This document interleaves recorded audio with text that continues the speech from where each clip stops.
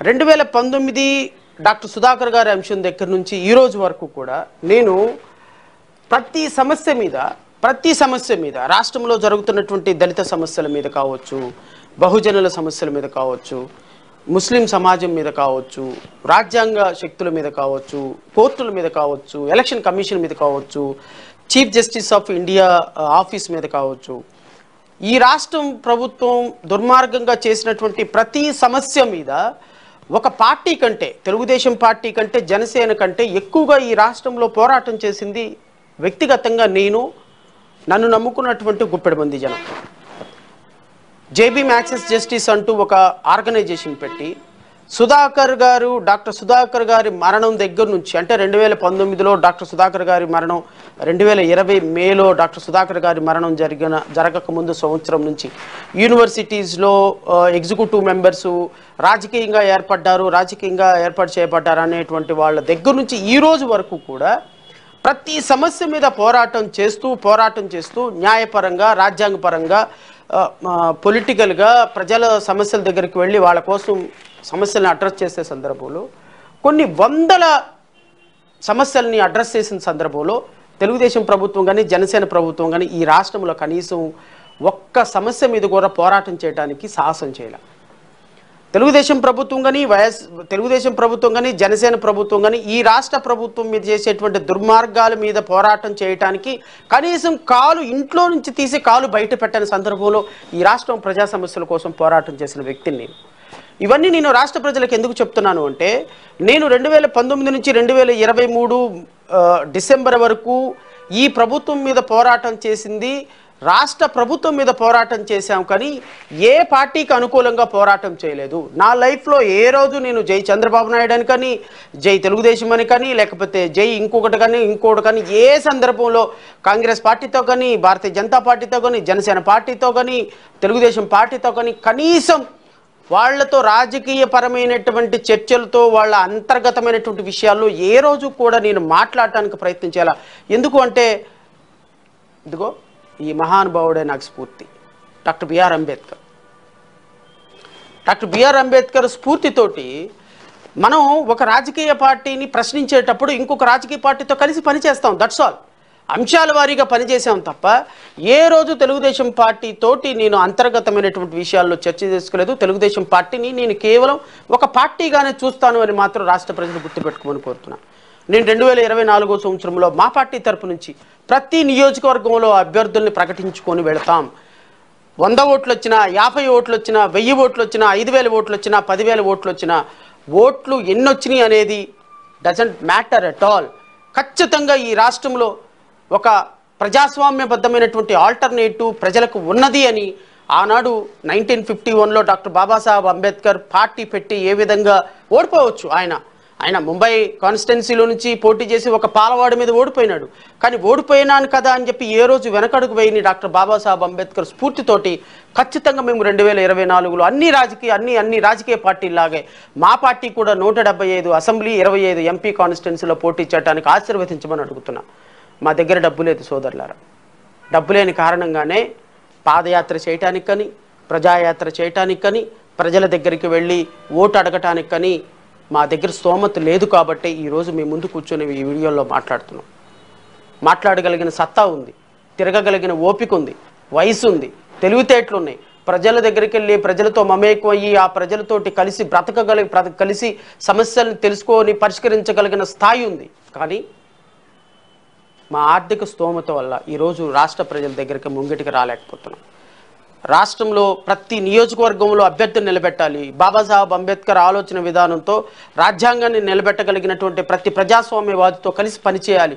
కులాలకి, మతాలకి, ప్రాంతాలకి అతీతంగా రాజకీయ పార్టీని తీసుకువెళ్ళాలని ఉన్నప్పటికీ కూడా ఏ రోజు ప్రాక్టీస్ చేసుకోకపోతే ఆ రోజు బ్రతకలేని పరిస్థితుల్లో నేను ఉన్నాను. కాబట్టి ఈరోజు నేను ప్రాక్టీస్ లేకపోతే ఆ రోజున డాక్టర్ బాబాసాహెబ్ అంబేద్కర్ ఏదైతే ప్రాక్టీస్ చేసుకుంటూ రాజకీయాలు చేశారో, ప్రాక్టీస్ చేసుకుంటూ తన కుటుంబాన్ని పోషించుకున్నాడో, ప్రాక్టీస్ చేసుకుంటూ ఈరోజు నా కుటుంబాన్ని పోషించుకుంటున్నాను.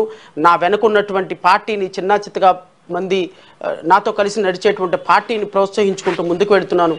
ఇలాంటి సందర్భంలో మీ అందరి ఆశీర్వాదం కావాలని కోరుకుంటున్నాను. ఎందుకంటే ఈరోజు చూస్తున్నటువంటి రాజకీయాలు చూస్తే యావగింపు కలుగుతుంది. ఈరోజు మా ప్రత్యర్థి పార్టీలైనటువంటి Telugu Desam party, YSRCP and Janasena, Bharatiya Janata party అంటే కాంగ్రెస్ పార్టీ, ఇవన్నీ కూడా ఈ రాష్ట్రంలో ప్రజాస్వామ్యాన్ని సర్వనాశనం చేసి 76 సంవత్సరాల తర్వాత కూడా భారతదేశాన్ని ఇంత దురదృష్టకరమైన పరిస్థితుల్లో పెట్టడానికి కారణభూతమైనటువంటి పార్టీలన్నీ ఈరోజు ఉద్దనారి ప్రతివత్తలాగా కబుర్లు మాట్లాడుతుంటే చాలా బాధ అనిపిస్తుంది. ఈరోజు ఒక అద్భుతమైనటువంటి వీడియో చూశాను నేను. ఈ వీడియోని మీ అందరికి వినిపించాలి.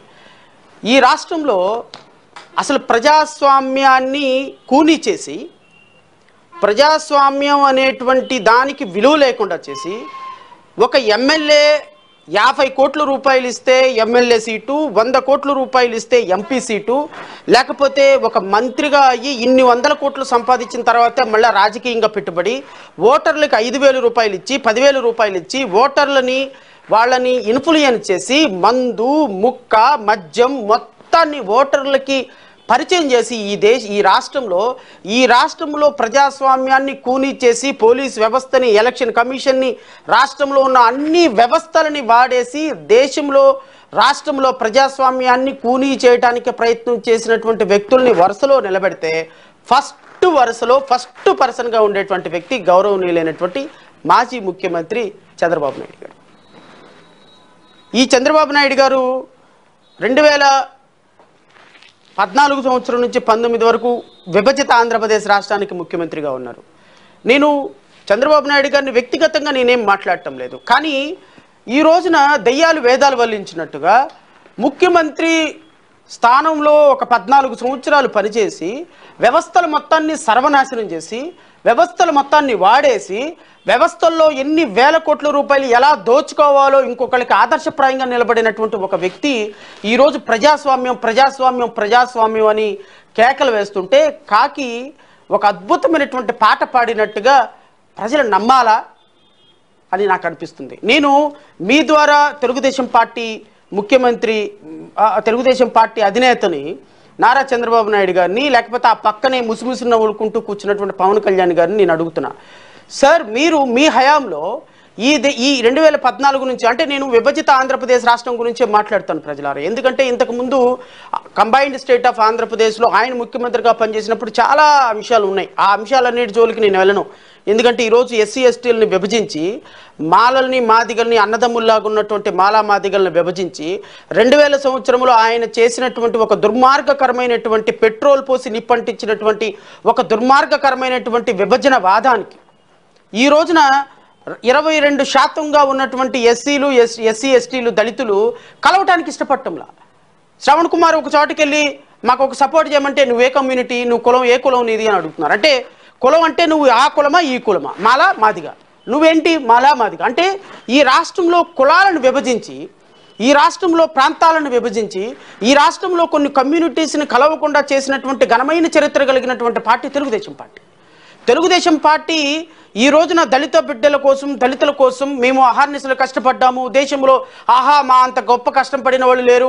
ఈ రాష్ట్రంలో రాజ్యాంగాన్ని, ఈ రాష్ట్రంలో ప్రజాస్వామ్యాన్ని మేము పరిరక్షించడానికి మేము చేయని ప్రయోగం లేదు, మాట్లాడిన మాట లేదని ఇద్దరు గౌరవనీయులైనటువంటి మాజీ ముఖ్యమంత్రి చంద్రబాబు నాయుడు గారు అండ్ వారి కుమారుడు నారా లోకేష్ గారు మాట్లాడుతుంటే, ఆ పక్కనే కూర్చొని ముసిముసి నవ్వులు మాట్లాడుతున్నటువంటి పవన్ కళ్యాణ్ గారిని కూర్చొని మాట్లాడుతుంటే, పవన్ కళ్యాణ్ గారు ఈ రాష్ట్రంలో తెలుగుదేశం పార్టీకి ఓటేమని 2014లో చెప్పి 2014 తర్వాత ఈ రాష్ట్రంలో అన్యాయాలు జరుగుతుంటే, అక్రమాలు జరుగుతుంటే, అమరావతి రాజధాని రైతులకు అన్యాయం జరుగుతుంటే, అమరావతి రైతుల భూములకి కాంపన్సేషన్ పే చేయకపోతే, భారతీయ జనతా పార్టీ అమరావతిని కాపాడకపోతే, అమరావతిని కట్టడానికి ఒక రూపాయి కూడా ఇవ్వకపోతే, భారతీయ జనతా పార్టీ నాకు అపాయింట్మెంట్ ఇవ్వటం లేదు, తెలుగుదేశం పార్టీ నన్ను మోసం చేసింది, నన్ను ఏం చేయమంటారని ప్రజలకి క్షమాపణ అడిగి ఈ రాష్ట్రాన్ని దోచుకు తింటున్నటువంటి దోపిడీ దొంగ చంద్రబాబు నాయుడు, అలాంటి దొంగకు పుట్టినటువంటి యువరాజు, ఇతను అవినీతిలో యువరాజు అని చెప్పినటువంటి నారా లోకేష్ యొక్క సభకి ముఖ్య అతిథిగా వెళ్ళి ఈరోజు రాష్ట్ర ప్రజలకి మీరు ఏం సంకేతం ఇవ్వాలంటే